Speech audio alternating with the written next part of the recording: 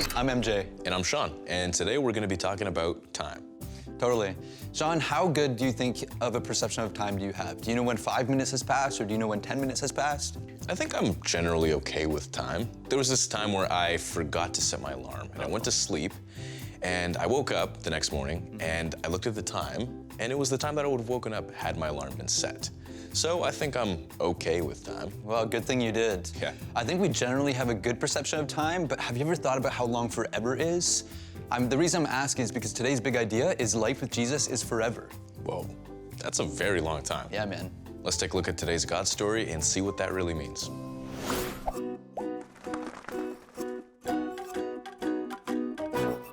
Welcome to Lynda's Aussie Adventures. Did you know that in Australia there are over 60 different types of kangaroo?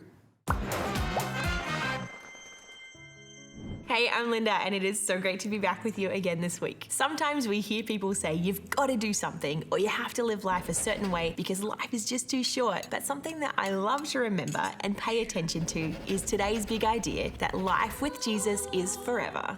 In our series Arise, we're in the 4th book of the New Testament in John, which is right after Matthew, Mark, and Luke. Now, arise means to get up, and in today's story, Jesus tells somebody to do just that, but from the dead.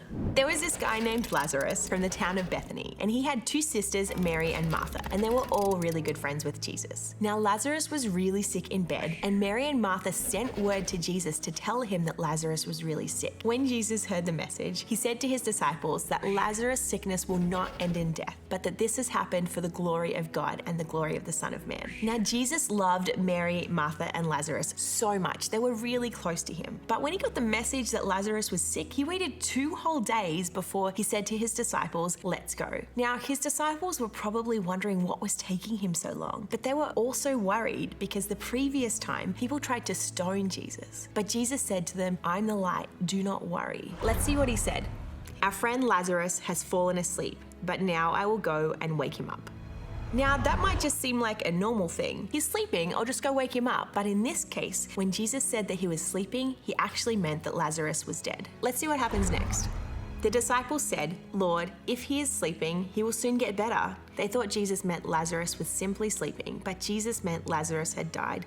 So he told them plainly, "Lazarus is dead. And for your sakes, I'm glad I wasn't there. For now you will really believe. Come, let's go see him." To be honest, that's kind of a weird thing to say. I'm glad I wasn't there. But Jesus was clearly up to something awesome. So Jesus was all set and ready to go. And then Thomas, one of his disciples, said to the rest of the disciples, "Let's go with him."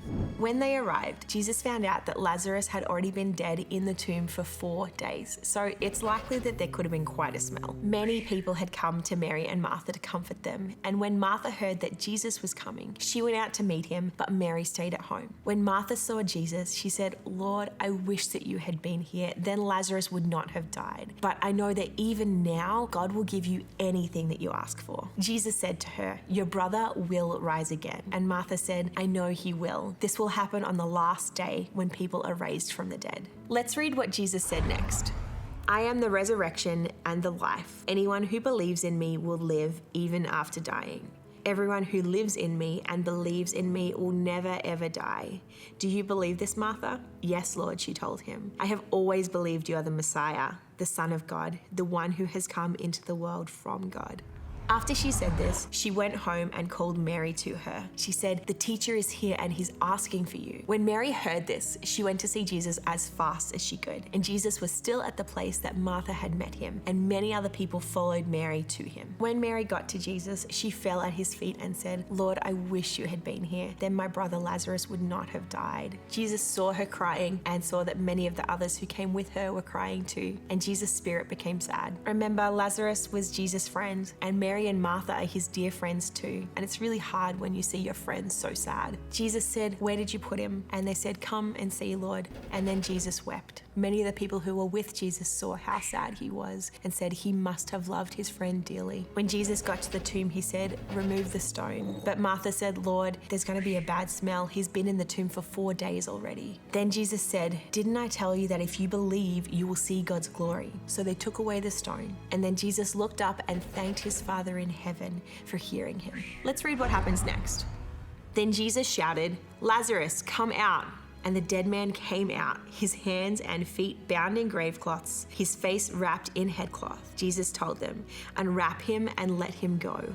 Lazarus was alive. You see, Jesus has power over everything, even death. And when we commit to life with Jesus, we know that life with Jesus is forever. So we don't need to fear death. We don't need to have fear in life because we know that in Jesus we can have the fullest life imaginable. That's it for today, and I can't wait to see you next time. In today's God story, we heard that Jesus raised Lazarus from the dead. He blew everyone's minds when he invited Lazarus to come out from the grave. Yeah, and that shows us Jesus has power over everything, even death. That's why we say life with Jesus is forever. It goes beyond the grave. Totally. But what does that practically look like for us today? Let's check out Dan and Jordan's conversation and see what they had to say about it. Hey everybody, we're here today with Jordan, and we thought we'd go on a little road trip. Yeah, I'm so ready. Let's do it.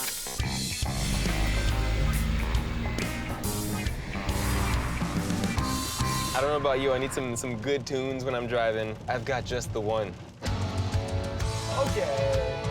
You feel that? Yeah. Be still.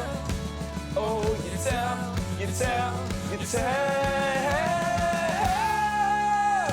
Break me, Father, till my wounds are free. Take over what I know and see. Woo! I love that track, man. That is a great one. Love that track. Hi. We have keep cups for the drinks. Sorry? We have keep cups for the drinks. Like, We have our own cups. we have our own cups.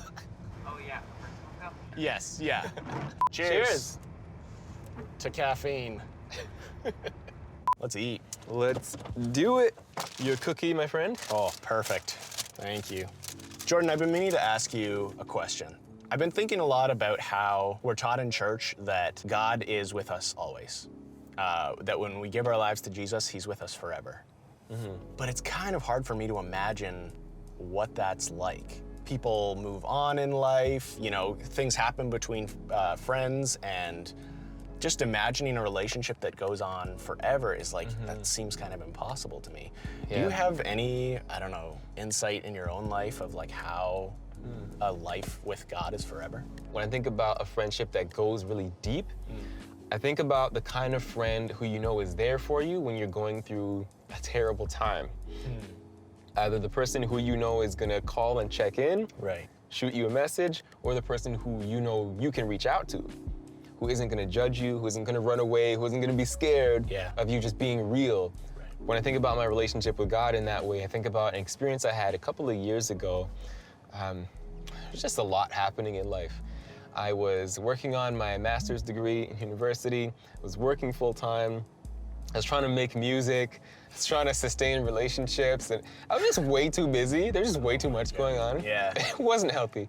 And during that time, I experienced tragedy, like a series of tragedies. The first of which, well, that began when my uncle and my grandmother were both diagnosed with cancer within a couple of months of each other. After a few months of both of their health kind of deteriorating, my uncle passed away.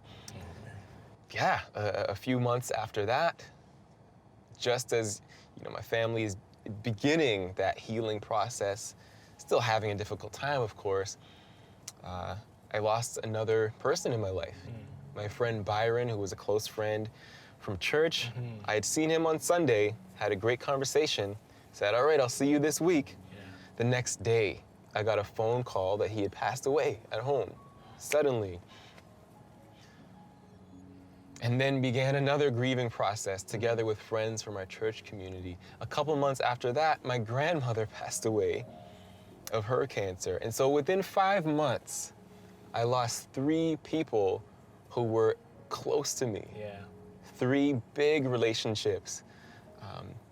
And this is coming after really never experiencing death and loss like that. Not in my family, not in my friend circles, for years. And so to have these 3 happen so close together was devastating. Now, where was God during that? Is the question, right? Interestingly, I feel like God was in that, within the senses I was feeling in my body, my spirit, my mind, telling me, slow down and feel this, right? So I ended up quitting my job. Wow. I ended up asking my professor, is it okay if I take some more time to hand these things in? I really had to reorient, reshape how I was spending my time. Right. Giving myself the space to feel what I was feeling. I believe God was in that, prompting me. And as I made that space to feel what I was feeling and meet with friends and family and express it vulnerably, one of my friends pointed me towards Psalm 88, which is a very unique psalm, because usually if the Psalms have, a message of my enemies are around me, I am scared, I'm devastated, God, where are you? Usually it ends with a turnaround. Right. It ends with, oh, but God, you are here to rescue me. Oh, but everything's great. Oh, but praise the Lord. And this one doesn't end on a happy note at all. It ends with as much grief as it begins with. Where this writer is just saying, God, you have turned your face from me. My eyes are closed with grief. They are hopeless. They are desperate. And their prayer doesn't end with a resolution. Doesn't have a happy ending. So reading that helped me to see that, wait a minute, I think God is okay with us being in process, with us feeling emotions, with us having unresolved anger or grief or disappointment. He's not afraid of that. And that shows me that we don't have to be afraid of that either. Right. We can confess that, we can share that, and we don't have to be ashamed, because God is that good of a friend. That he's with us even when we don't see the way out. Even when we don't have a solution, God's there to just feel it with us. Wow. And give us space to do that authentically, and that's enough. Yeah, absolutely. That's incredible. There's a lot there for us to think about. Thank you so much for sharing that story with us, Jordan. It's my pleasure. Wow, Jordan went through so much. What I found really interesting was that he felt that he could approach God as a friend and he didn't feel judged by him. He also felt that that was a relationship where he could process his emotions authentically. Yeah, God showed him that whatever we feel, whatever we experience, he'll be there for us. And that's what a lifelong friendship looks like. And that's why we can say life with Jesus is forever. Totally. Let's break into our small groups and see what this looks like in our lives.